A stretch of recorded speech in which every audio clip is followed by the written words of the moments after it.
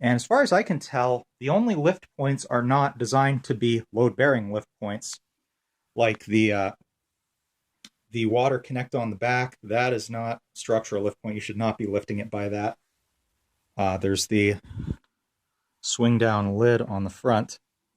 You should not be lifting by that. And there's nothing else to really lift this by. So when you're unboxing and positioning this, or God forbid you install this with something like PEX and you have to adjust the position someday,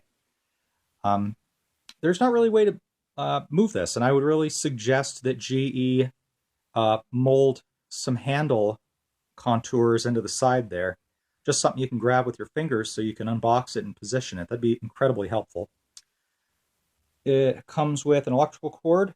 This plugs into standard 60 cycle 110 in your basement, so make sure you have an outlet for this. The cord is approximately 100 inches in length. So if you have a plug for your water heater, you can probably plug these in together. From what I've read online, this thing draws very little current. So this isn't the kind of appliance like a sewage ejector pump that might potentially ground out or blow a breaker or anything like that. From what I've read, this guy barely draws any power, and its impact on your existing electrical system should be absolutely minimal. I'd also like to point out that this is a much smaller plug than I had anticipated. I don't want to say cheap, but seems less substantial than what you see on most hair dryers. Let's see if there are any specs on here.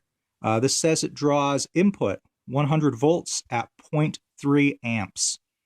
So that's what it actually uses. The output to the system is 24 volts at 500 milli.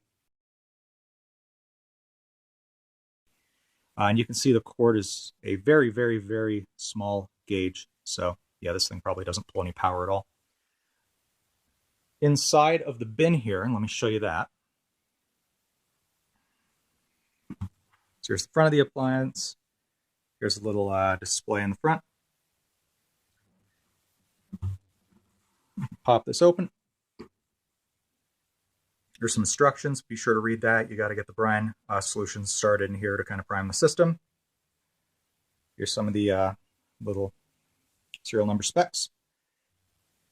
So down here in the tank, there's a little salt level.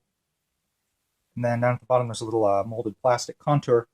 And I actually had to pull this up at like a 45-degree angle to get it up in